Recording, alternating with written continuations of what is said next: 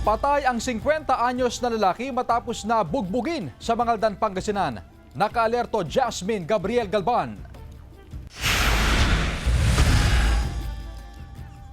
Hustisya ang sigaw ng mga naiwang kaanak ng 50 anyos na lalaki sa Mangaldan, Pangasinan na pinagbubugbog umano hanggang sa mamatay.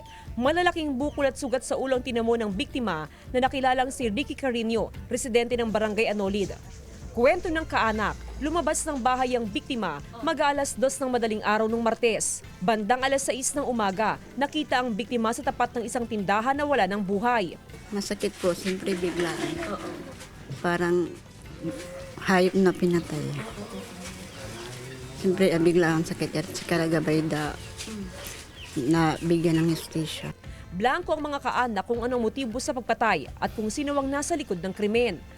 Kasi grabe yung tama ng ulo niya, tsaka dito. Kaya hindi po ako naniwalang isa lang. Kasi kung isa lang makakalaban pa siya niya. Nakikipag-ugnayan ng Mangaldan Police sa mga opisyal ng barangay para sa backtracking ng CCTV footages. Ayon sa punong barangay, may nakakita pa sa biktima na dumaan sa isang burol para makilamay ilang oras bago siya makitang wala ng buhay. Nakipag-coordinate na rin sa amin ng pulis na makipagtulungan kami.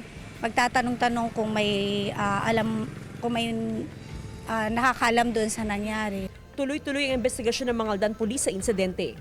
Kasama si Daryl Peralta, Jasmine Gabriel Galban, One North Central Luzon.